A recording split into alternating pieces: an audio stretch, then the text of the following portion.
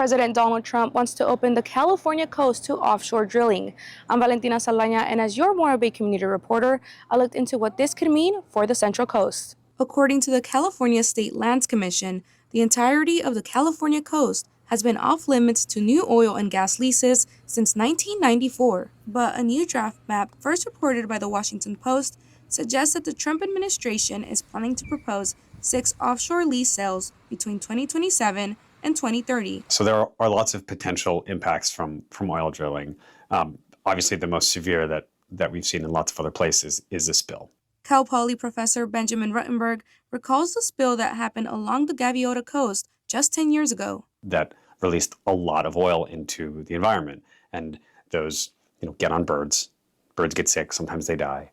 It gets into the system, so you have all of the contaminants and the pollutants and the toxic chemicals getting into these ecosystems, getting into fish. Which is an industry that the Morro Bay community relies heavily on. Usually if there's an oil spill in an area, buyers just stop buying from that whole area. It's a blanket.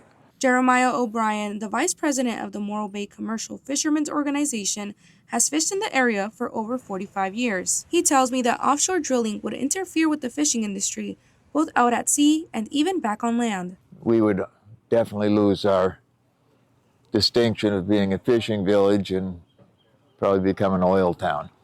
So I don't think that's what we're looking for.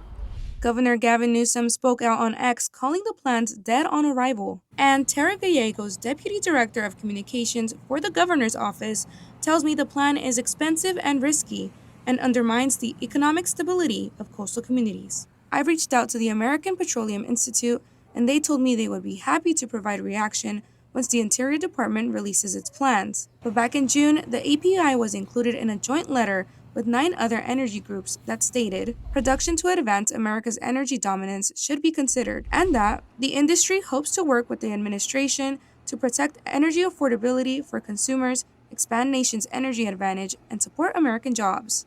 Meanwhile, Ruttenberg tells me that if plans move forward, there would be a robust process to evaluate the environmental impacts. I believe that policy process would have a very hard time granting permits to new oil drilling operations, given the potential impacts. In Morro Bay, Valentina Saldaña, KSBY News.